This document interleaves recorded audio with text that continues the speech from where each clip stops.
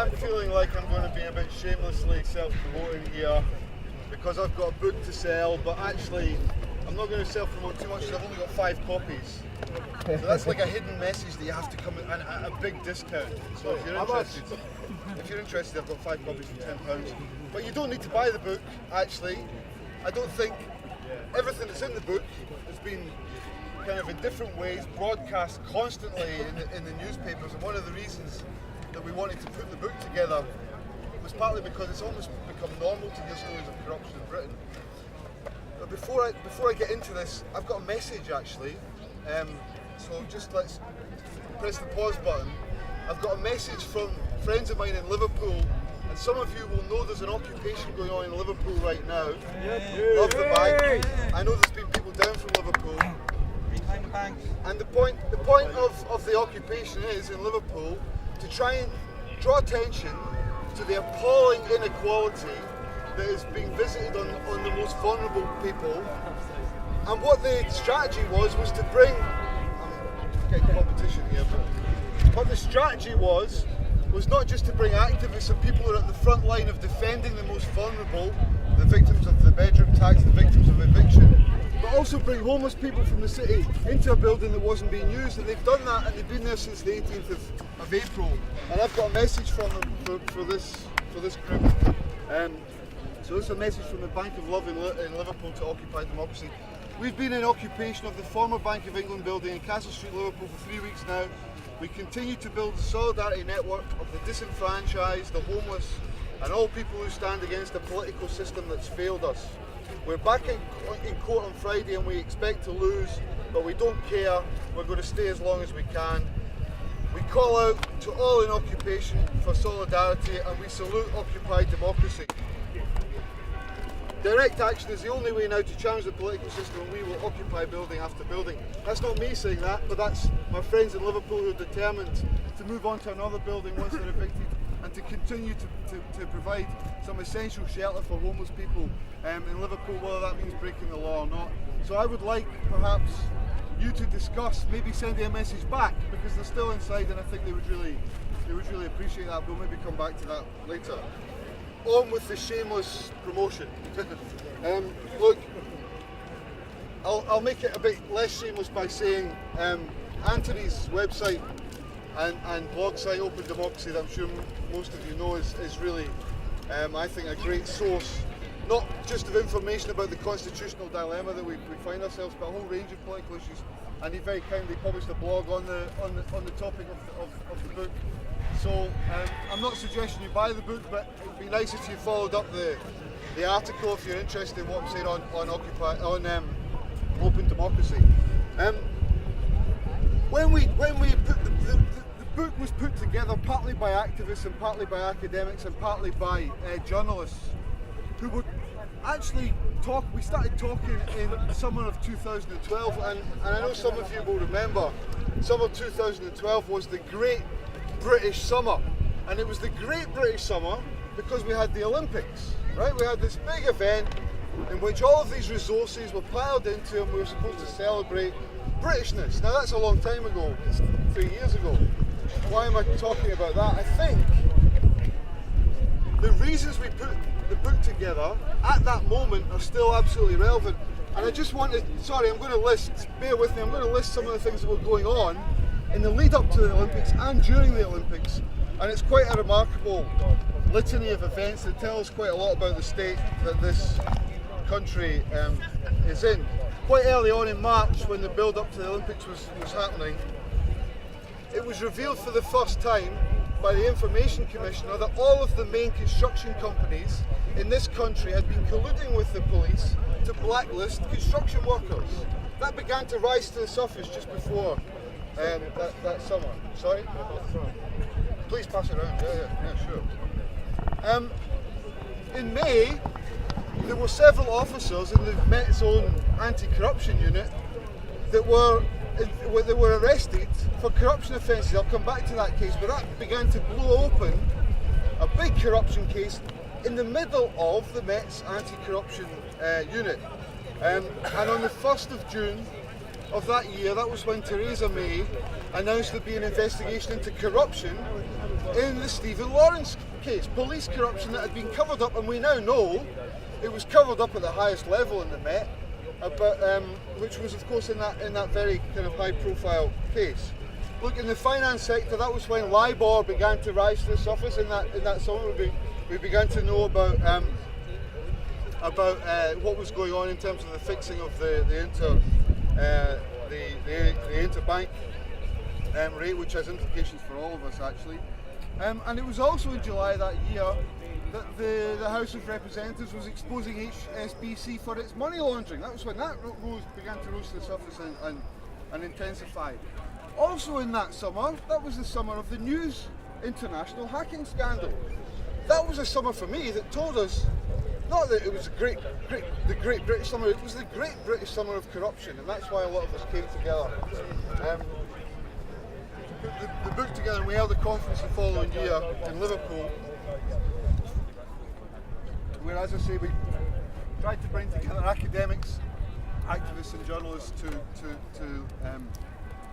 to look at those issues.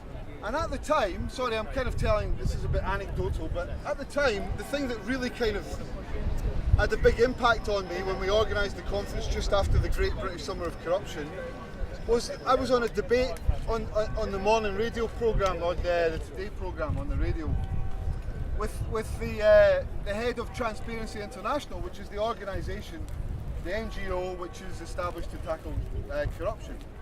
And actually one of the things the book does is try to challenge some of the myths that Transparency International reproduce about corruption. But when I started talking about the kind of things I've begun to introduce here and say, look, this is in the finance sector, in the police, and in politics, and in the media, a really, really deep rooted problem of corruption across our major institutions, the response from Transparency International on the radio was, well, okay, but we're not Afghanistan or Russia. We're not Afghanistan or Russia. That was the response. Now, the first thing I want to say is, well, actually, I don't think it's helpful to say we are Afghanistan or Russia. We're not Afghanistan or Russia. But in many ways, and the book talks about this, our corruption is more deep-rooted and more difficult to challenge than a lot of the corruption that is talked about in that phrase, we're not Afghanistan or Russia, because what's meant by that phrase, and I think, by the way, it's quite a racist phrase, because you extend that and actually people start talking about Africa an awful lot, they're talking about bribery, right? Bribery between individuals. Now, bribery between individuals in this country does go on.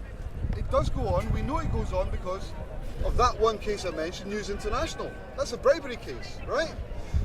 We also know it goes on in the Met. We don't know how much of it goes on because, according to Bernard Hogan-Howe, and this was him confirming what insiders in the Met had told the BBC last November, when they did that investigation into Met corruption, a lorry load of evidence was shredded. That's not me saying that. That's Met insiders, and that's the Commissioner of the Metropolitan Police confirming that in front of Parliament. A lorry load of evidence was shredded. So, and we know that a lot of that evidence did relate to cases of bribery. Having said that, I don't think the problem of corruption in this country is bribery between individuals. The problem of corruption in this country is institutional. We know it's in the banks.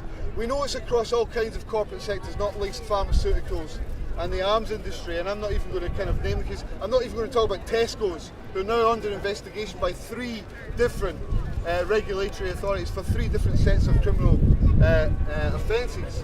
So we know that the corporate sector has corruption almost in every part of it. We know, actually, if we look at some of the investigations of what's been going on in the Met, that this corruption is deep-rooted. And I want to kind of respond. I agree with you. I don't think we do think in a gendered way about corruption, and I think we have to. Without getting into it, I mean, we could talk for a long time, and I have to confess the book doesn't. An extension of it could be thinking about the macho culture that we have in business and in politics, but also, if I could just refer to my notes, because I don't want to get any facts wrong, given people that are kind of listening in and watching at the moment.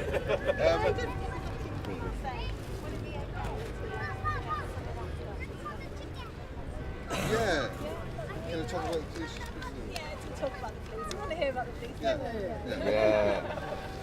That's so clear. Okay, this is very recent, but I mean, some of you might have noticed in March there was a... We're talking about the police now, you're not supposed to listen. But I'm not, well look, I'm also not wanting to be provocative about here. you, not to you. Hold on, let's be serious about this, because I don't want to be provocative here, because we're not talking about individuals, and we're not talking about individual officers, and I think it's a mistake to focus on individual officers, because very often that takes the heat away from the institution.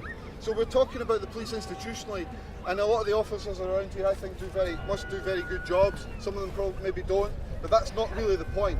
The point is the institution. In March, HMIC reported how 15 officers been suspended for corruption in the Met.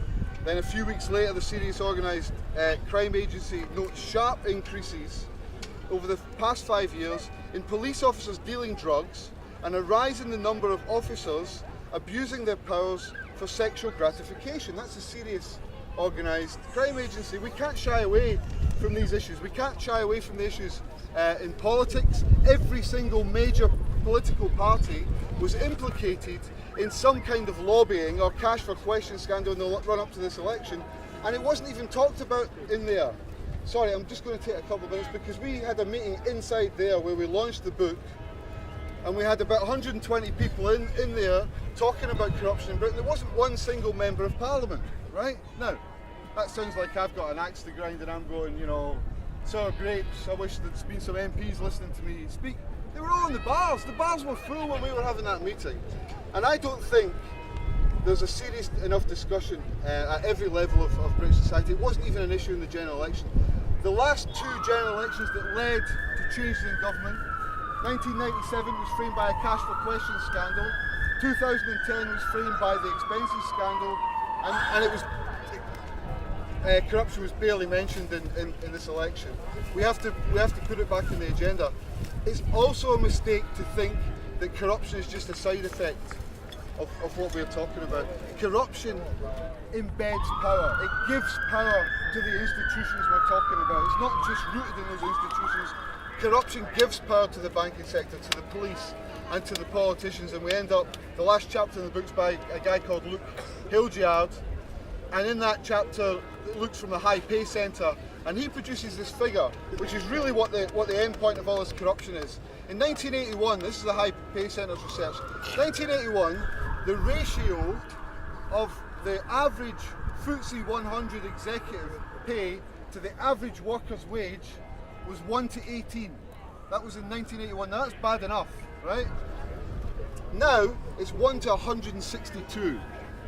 And the kinds of corruption that we talk about in the book, and also we're trying to generalise the discussion, embed that inequality and give more power to those institutions. It's time that we broke that structure of corruption and broke that structure of power, and I'm happy to talk about that a lot more in the